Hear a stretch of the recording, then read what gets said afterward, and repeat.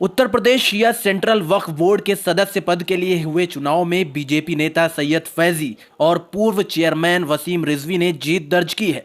इन चुनाव में 6 प्रत्याशियों ने किस्मत आजमाई थी। मतदान के बाद इंदिरा भवन में वोटों की गिनती की गई, जिसके बाद सैयद फैजी और वसीम रिजवी को विजेता घोषित किया गया। दोनों को 21-21 वोट मिले। सुबह करीब 10 बजे वसीम रिजवी मतदान स्थल तक गनर लेकर पहुंच गए। इस दौरान प्रत्याशी अशफाक और वसीम के बीच गाली गलौज हुई, जिसके कारण चुनाव प्रक्रिया कुछ देर के लिए बाधित हो गई। अशफाक जिया की आपत्ति के बाद एसीपी हजरतगंज ने मौके पर पहुंचकर वसीम रिजवी के गनर को हटाया और वहां से चले जाने के लिए कहा। इसके बाद चुनाव प्रक्रिया पूरी हुई।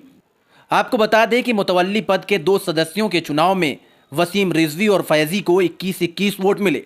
आसिम को 1, अशफाक को 6 और मुशर्रफ को 5 वोट मिले। अब आपको बताते हैं कि शिया वक्फ बोर्ड का चुनाव कैसे होता है। शिया वक्फ बोर्ड का चुनाव 2 चरणों में होता है। वक्फ बोर्ड में अध्यक्ष समेत कुल 11 सदस्य होते हैं। पहले तौर पर बोर्ड के बतौर सदस्य चुनाव होगा।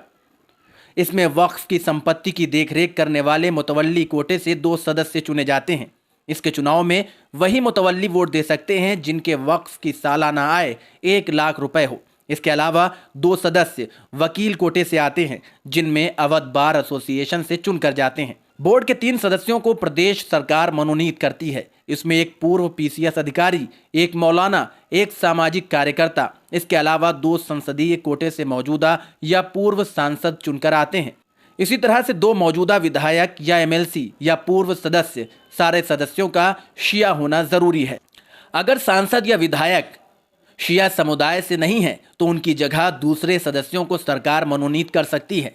इसके बाद इन्हीं 11 सदस्यों के जरिए शिया सेंट्रल वक्फ बोर्ड के सदस्यों का चुनाव होता है। शिया सेंट्रल वक्फ बोर्ड की प्रदेश में 8,000 से ज्यादा संपत्तियां हैं। इनकी अनुमानित कीमत 75 लाख करोड़ रुपए है। इसीलिए शिया वक्फ बोर्ड का अध्यक्ष पद पाने के लिए सदस्यों में जबरदस्त होड़ रहती है।